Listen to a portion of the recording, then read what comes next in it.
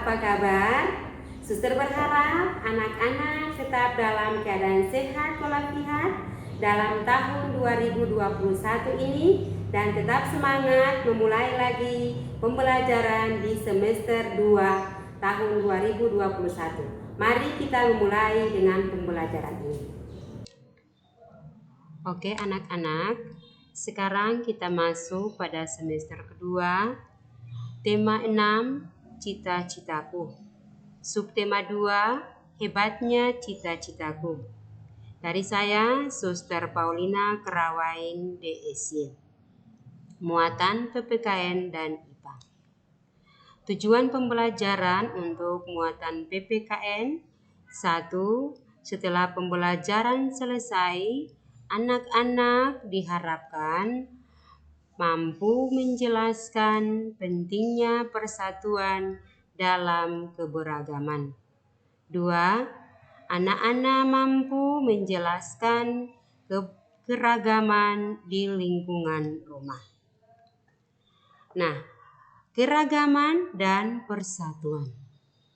Keragaman adalah aspek yang harus dikelola dengan tepat agar dapat menjadi kekuatan.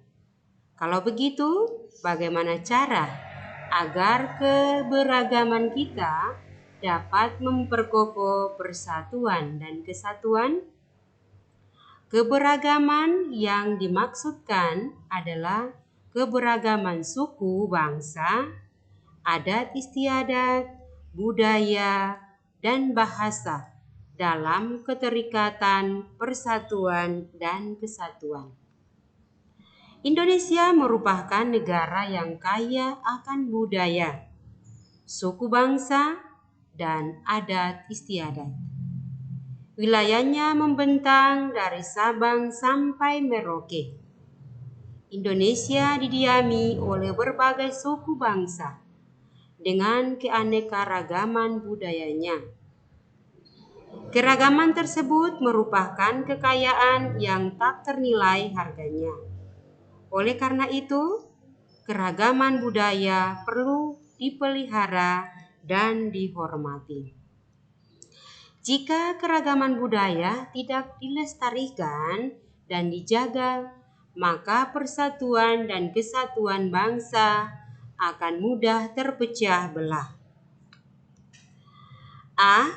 Keragaman suku bangsa seperti suku Jawa, suku Batak, suku Madura, suku Asmat, dan lain-lain.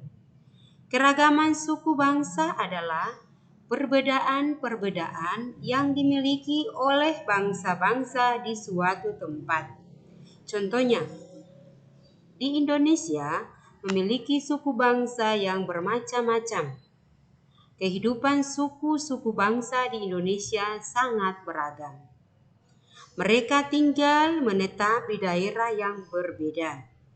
Ada yang tinggal di daerah pegunungan, pantai, perkotaan, dan bahkan ada yang masih tinggal di pedalaman. B. Keberagaman budaya. Mengapa kita perlu belajar budaya? Dengan mempelajari budaya, anak-anak akan menjadi orang yang lebih menghargai dan menerima perbedaan. Anak-anak akan mengerti bahwa setiap daerah atau suku, bahkan negara memiliki budaya yang berbeda. Dari sana, anak-anak akan menjadi orang yang lebih terbuka pada perbedaan dan bisa menerima perbedaan sebagai suatu kekayaan. Nah, keberagaman budaya di Indonesia sangat mempesona. Kurang lebih 400 suku bangsa dan ratusan bahasa daerah tumbuhan dan berkembang di Indonesia. Keragaman budaya tersebut dapat diamati dari adat istiadat, bentuk rumah, pakaian, makanan khas, kesenian daerah, seperti lagu dan tarian, serta upacara adat. Satu, kita lihat yang pertama, adat istiadat.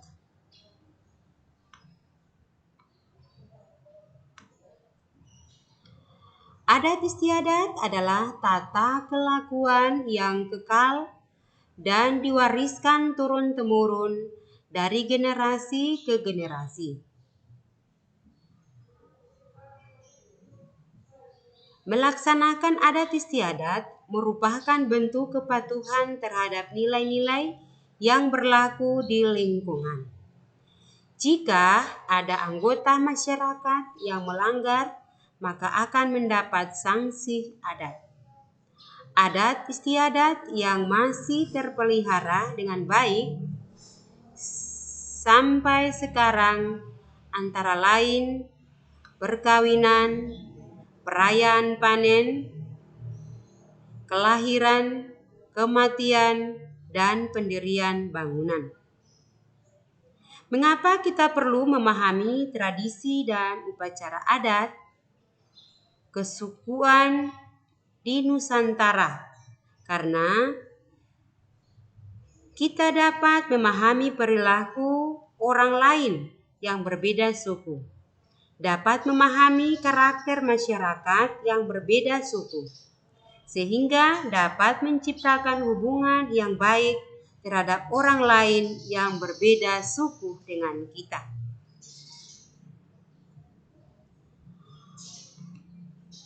Rumah adat. Mengapa kita juga harus belajar tentang rumah adat? Tidak sekedar sebatas pengingat masa lalu. Rumah adat juga ditujukan sebagai tempat bagi para generasi penerus untuk mempelajari kebudayaannya. Bahkan dari gambar rumah adat, kita bisa belajar bagaimana kepiawaian nenek moyang dalam arsitektur bangunan. Rumah adat merupakan rumah asli penduduk di suatu daerah. Rumah adat biasanya digunakan sebagai tempat menyelenggarakan upacara adat. Bentuk rumah adat memiliki ciri khas di setiap daerah. Contohnya, rumah adat Kalimantan pada umumnya berbentuk panggung.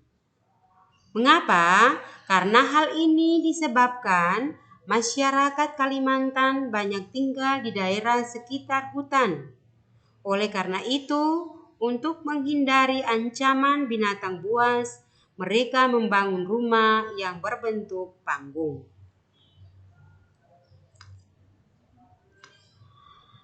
Ketiga, kesenian daerah.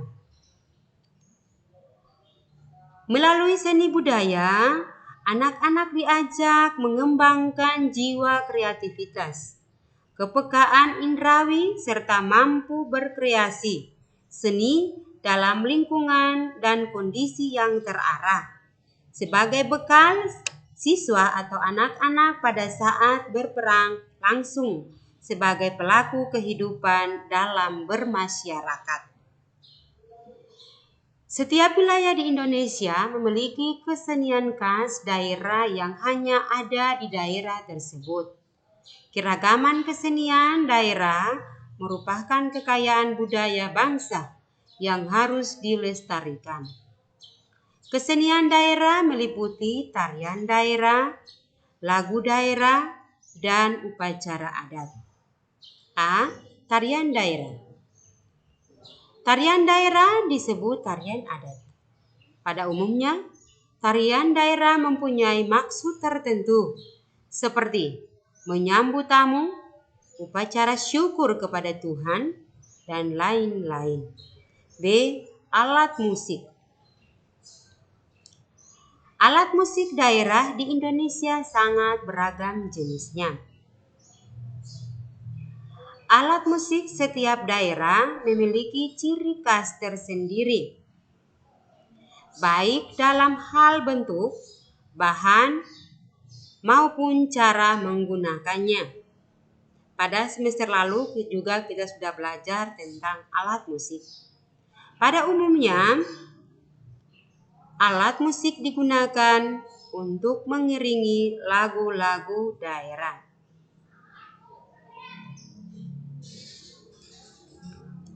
Empat, pakaian adat. Pakaian adat biasanya dipakai pada saat acara khusus, seperti upacara adat, pesta perkawinan, dan sebagainya. Pakaian adat setiap daerah berbeda-beda.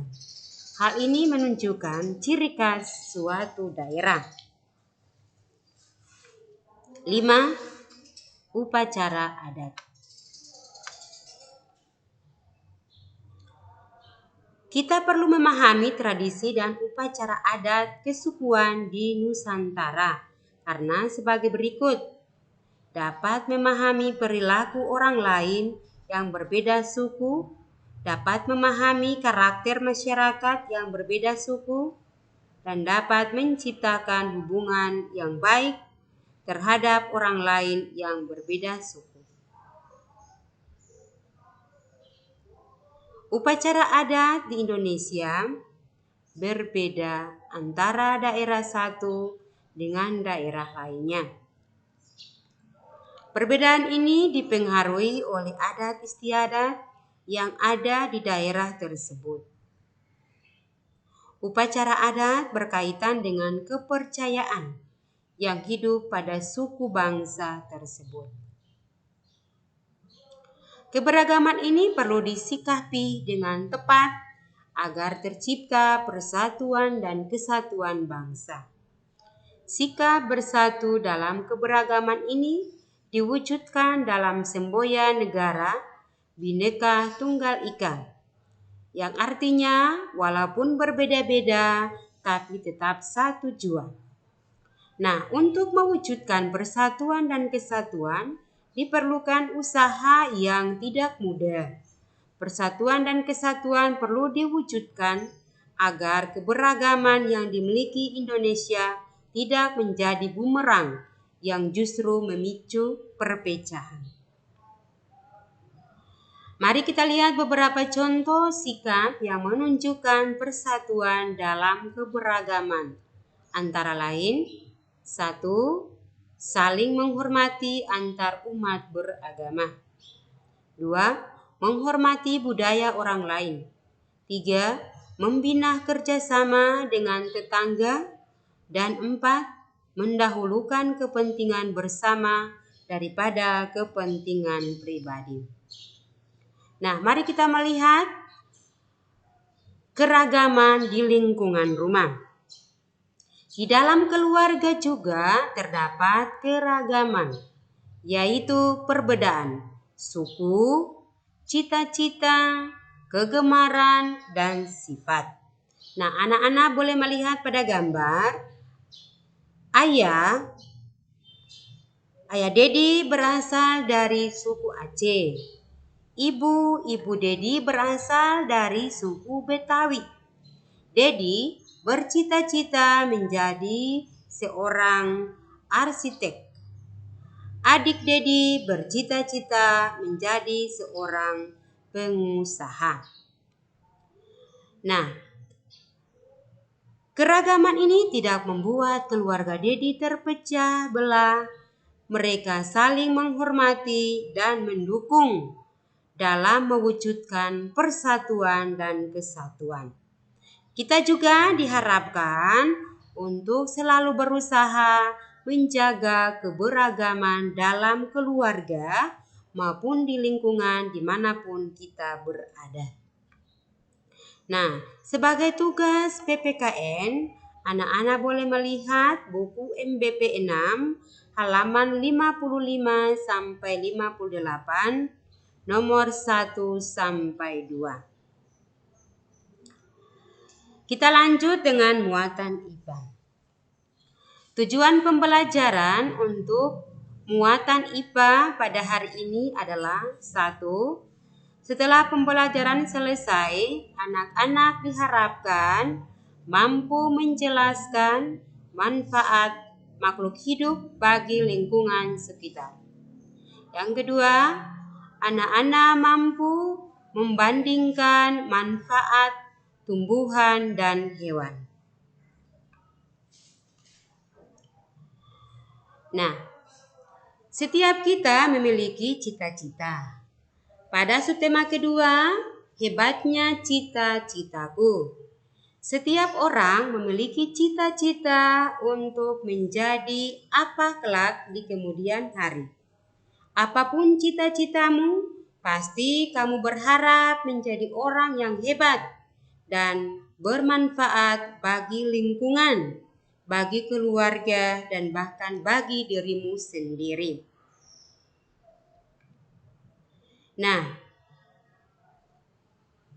beberapa dari kalian, hampir kamu semua, ya, tapi ada temanmu, ada yang bercita-cita menjadi dokter hewan.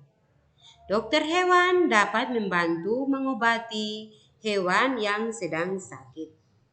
Seorang dokter hewan harus mengetahui bagian-bagian tubuh hewan.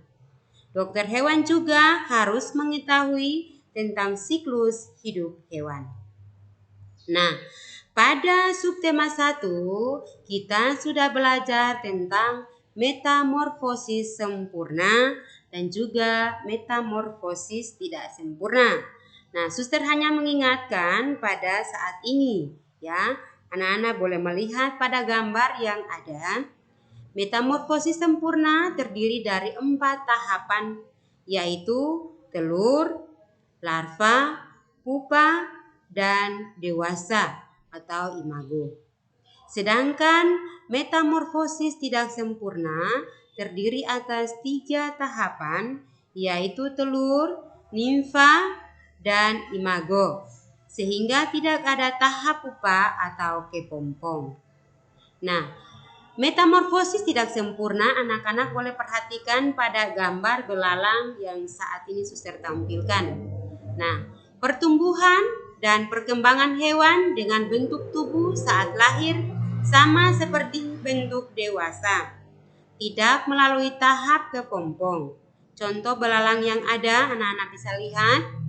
Jadi yang pertama telurnya, lalu nimfa yang paling kecil, lalu nimfa yang sedang, lalu ya agak dewasa kah? Lalu kemudian belalang dewasa. Nah, sekarang anak-anak boleh melihat dan boleh menjawab sendiri. Nah, manakah hewan yang mengalami metamorfosis dan yang tidak mengalami metamorfosis? Ya, bisa melihat masing-masing pada gambar-gambar yang ada. Untuk mengingatkan saja materi yang pada subtema 1. Nah, ayo perhatikan tabel manfaat hewan dan tumbuhan berikut. Jenis, contoh, dan manfaat. Tumbuhan. Padi, manfaatnya bahan makanan pokok. Kapas, manfaatnya bahan pembuat kain katun. Jati, manfaatnya bahan bangunan dan perabot. Hewan, ikan, bahan makanan. Domba, manfaatnya bahan makanan dan rambutnya untuk bahan pakaian. Kerbau, manfaatnya bahan makanan dan tenaganya untuk membajak sawah. Nah, mari kita lihat manfaat makhluk hidup bagi lingkungan sekitar. Hewan dan tumbuhan termasuk sumber daya alam yang memiliki banyak manfaat bagi manusia. Seperti yang tadi sudah kita lihat, yang barusan berlalu. Namun di sini juga anak-anak bisa melihat kapas sebagai bahan pembuatan kain katun. Yang kedua, ulat sutra sebagai bahan pembuatan kain sutra. Yang ketiga, kerbau untuk membajak sawah. Nah, mari kita melihat satu persatu. Bagian 1, daur hidup makhluk hidup. Kamu tentu masih ingat bahwa tahapan pertumbuhan hewan dari kecil sampai dewasa disebut daur hidup hewan. Pada daur hidupnya, ada hewan yang mengalami perubahan bentuk, ada juga yang tidak. Hewan yang mengalami perubahan bentuk tubuh dalam daur hidupnya dikatakan mengalami proses metamorfosis seperti yang tadi suster sudah tampilkan. Proses metamorfosis yang terjadi pada hewan terbagi menjadi dua, yaitu metamorfosis sempurna dan tidak sempurna. Hewan yang mengalami metamorfosis sempurna mempunyai bentuk tubuh yang sangat berbeda pada setiap tahap hidupnya. Pada saat telur menetas, bentuk tubuh hewan tidak sama dengan bentuk tubuh induknya. Sementara itu, hewan yang mengalami metamorfosis tidak sempurna setelah menetas memiliki bentuk tubuh yang mirip dengan induknya. 2. Manfaat makhluk hidup. Makhluk hidup terdiri atas tumbuhan, hewan, dan manusia. Tumbuhan dan hewan banyak manusia untuk berbagai keperluan hidup manusia. Hewan dan tumbuhan dikelola oleh manusia sedemikian rupa sehingga memberikan manfaat bagi kehidupan manusia. Contohnya, tumbuhan dan hewan dapat digunakan sebagai bahan pangan dan obat-obatan. Tumbuhan dan hewan memiliki manfaat yang banyak bagi kehidupan manusia. Beberapa adalah di antaranya: A. Sumber bahan pangan. Hewan yang banyak dimanfaatkan sebagai sumber makanan manusia antara lain sapi, ayam, dan ikan. Dari hewan-hewan tersebut, manusia memanfaatkan daging, susu, dan telurnya. Sementara itu, tumbuhan kerap dijadikan sumber makanan, antara lain sayuran, buah-buahan, dan palawija seperti padi, kedelai, dan jagung. B. Bahan sandang atau pakaian. Bahan pakaian yang digunakan manusia berasal dari serat tumbuhan dan kulit binatang. Contoh tumbuhan yang dimanfaatkan seratnya adalah kapas.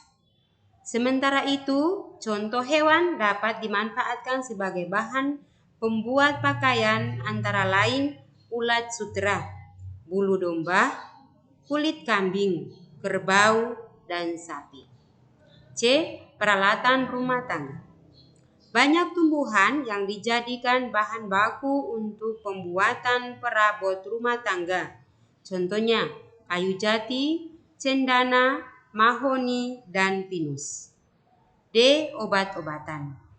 Tumbuhan dan hewan dapat digunakan sebagai bahan pembuat obat-obatan. Berbagai jenis tanaman seperti kunyit, jahe, tumulawak, dan kumis kucing banyak dimanfaatkan masyarakat sebagai obat alami untuk mencegah dan menyembuhkan berbagai penyakit. Beberapa jenis hewan juga dapat dimanfaatkan untuk obat-obatan. Misalnya, cacing untuk mengobati tifus. Nah, mari kita lihat bagan yang ada manfaat tumbuhan dan hewan, ya. Untuk manusia, menjadi bahan pangan, menjadi bahan sandang, menjadi obat-obatan, menjadi peralatan rumah tangga, dan juga meringankan pekerjaan. Ini sudah kita bahas tadi. Nah, untuk lingkungan, menjadi penyejuk udara, menjadi pencegah terjadinya erosi, menjadi penyeimbang lingkungan, dan penyubur tanah. Oke anak-anakku, itulah materi IPA dan tugas untuk IPA. Anak-anak boleh melihat MBP 6 halaman 83 sampai 85, nomor 1 sampai 20. Terima kasih, sampai jumpa. Oke anak-anakku, itulah pembelajaran kita muatan PPKN dan IPA pada subtema kedua hari ini. Semoga anak-anak selalu rajin belajar, memperjuangkan keberagaman dalam kehidupan setiap hari.